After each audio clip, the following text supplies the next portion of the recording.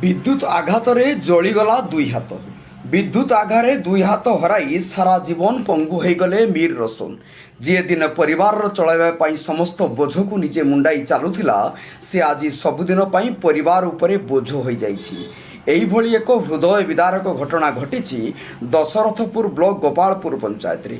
ସୂଚନା ଅନୁସାରେ ବିରଜା ଇଲେକ୍ଟ୍ରିକାଲ ନାମକ ଏକ ସଂସ୍ଥାରେ ଗତ 4 ତାରିଖ ଦିନ ମୀର ରୋଶନ ଇଲେକ୍ଟ୍ରିକାଲ ହେଲ୍ପର ଭାବେ କାମ କରୁଥିଲେ। ସେହି ସମୟରେ ତାଙ୍କ ସାଙ୍ଗରେ ଥିବା ଲାଇନମ୍ୟାନଙ୍କୁ ଏକ ଅଭିଯୋଗ ଆସିଥିଲା ଯେ 11 କେବିରେ ଏକ ଫଲ୍ଟ ଅଛି, ଯାହାକୁ ସଜାଡ଼ିବାକୁ ଯାଇଥିଲେ, କିନ୍ତୁ ଡ୍ରପ୍ ଆଉଟ୍ ବାନ୍ଧିବା ସମୟରେ ସେଥିରେ ତାଙ୍କୁ ବିଦ୍ୟୁତ୍ ଆଘାତ ଲାଗିଥିଲା।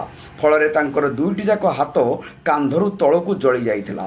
ମୀର ରୋଶନଙ୍କୁ ପ୍ରଥମେ ଦଶରଥପୁର ଗୋଷ୍ଠୀ ସ୍ୱାସ୍ଥ୍ୟକେନ୍ଦ୍ରକୁ ଚିକିତ୍ସା ପାଇଁ ନିଆଯାଇଥିଲା। ପରେ ପରେ ତାଙ୍କ ସ୍ୱାସ୍ଥ୍ୟାବସ୍ଥା ଗୁରୁତର ହେବାରୁ କଟକ ବଡ଼ ମେଡିକାଲକୁ ପଠାଇ ଦିଆଯାଇଥିଲା। ଏସ୍ସିବିରେ କିଛି ଦିନ ଚିକିତ୍ସା ହେବା ପରେ ତାଙ୍କ ହାତ ଦୁଇଟିକୁ କାନ୍ଧଠାରୁ କାଟି ଦିଆଯାଇଥିଲା।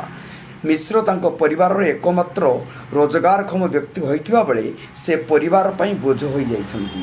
ଏହି ବିପଦ ସମ୍ପର୍କରେ ହେଲ୍ପିଂ ହାଉସ୍ ଫାଉଣ୍ଡେସନ ତରଫରୁ ତାଙ୍କୁ ପ୍ରଥମେ 3 ଲକ୍ଷ ପରେ 20,000 ଟଙ୍କା ଆର୍ଥିକ ସହାୟତା ଯୋଗାଇ ଦିଆଯାଇଥିବା ବେଳେ ଆଗାମୀ ଦିନରେ ତାଙ୍କର ଦୁଇଟି ହାତକୁ କିପରି ପୂର୍ଣ୍ଣ ପ୍ରତିରୋପଣ କରାଯିବ, ସେଥିପାଇଁ ଆର୍ଥିକ ସାହାଯ୍ୟ ପାଇଁ ଓଡ଼ିଶାବାସୀକୁ ନିବେଦନ କରିଛନ୍ତି। ଏହି ପ୍ରତ୍ୟାରୋପଣରେ ପାଖାପାଖି 30 ଲକ୍ଷରୁ ଉର୍ଦ୍ଧ୍ୱ ଟଙ୍କା ଖର୍ଚ୍ଚ ହେବ ବୋଲି ଡାକ୍ତର କହିଥିବା ସୂଚନା ଦେଇଛନ୍ତି। ଯଦି କେହି ସୁହୃଦୟ ବ୍ୟକ୍ତି ତାଙ୍କୁ ସାହାଯ୍ୟ କରିବାକୁ ଚାହୁଁଥାନ୍ତି, ତାହେଲେ ଯୋଗାଯୋଗ କରିବାକୁ ଅନୁରୋଧ।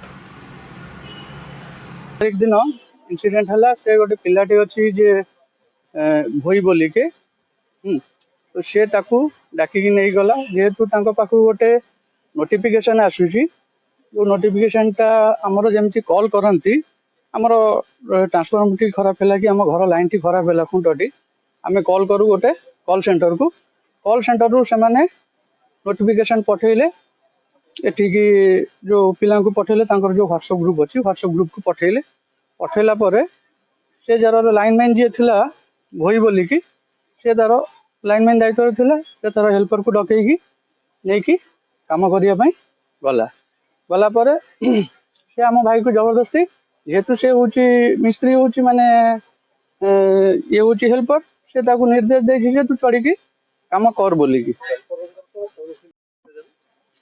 नमस्कार समस्त मु अमृत कुमार भल आमर हेल्पिंग हाउस फाउंडेशन जन सदस्य आमर भाई जने असुविधा पड़ी जे कि अवस्था माने आखिर न देखले भी आपण मैंने विश्वास करेंगे। आम फाउंडेशन तरफ आम जी पारिचु साहय करछु आम 3 लाख टकर आगुरी साहय कर सारी आज भी आसिक आम आउ 20,000 टका साहय करूँ। भगवान पाखे प्रार्थना ये करछु पैसा बड़ कथा नुह कि भाई जल्दी भल हो जातु आउ दैनंदिन जीवन में तो बहुत लोक किसी पैसा खर्च हो जाऊँगी व्यथा खर्च हो जाऊँगी।